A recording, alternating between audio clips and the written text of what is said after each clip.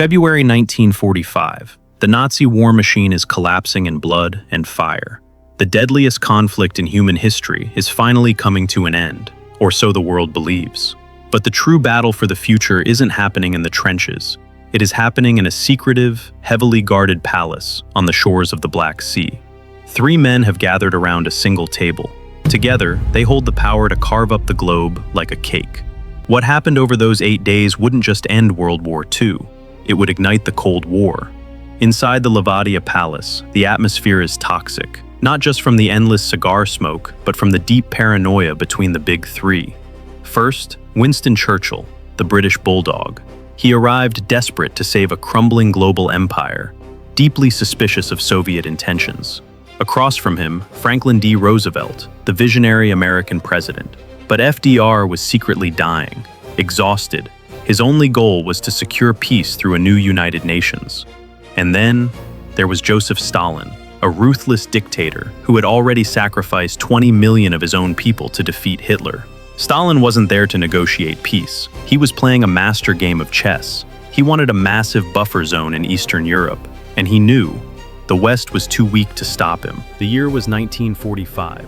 While millions of soldiers were still bleeding in the mud, 3 men sat in a palace and casually redrew the map of the world. Franklin D. Roosevelt was dying. His health was failing rapidly, and his absolute priority was securing Soviet help to defeat Japan. Winston Churchill was desperate.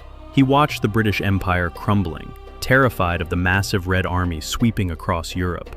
And then there was Joseph Stalin, the man holding all the cards.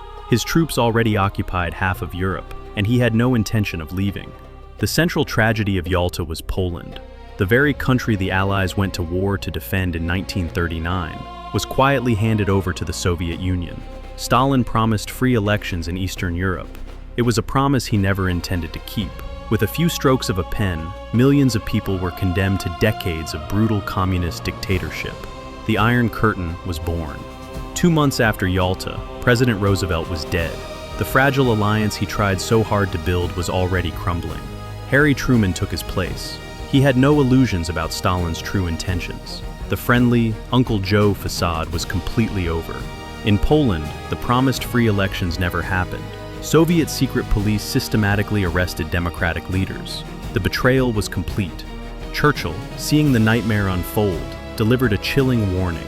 An iron curtain has descended across the continent. The Yalta Conference didn't bring true peace. It simply traded a fascist nightmare for a communist one. The Cold War had officially begun. Was Yalta a necessary evil to defeat Hitler, or the greatest betrayal of the 20th century?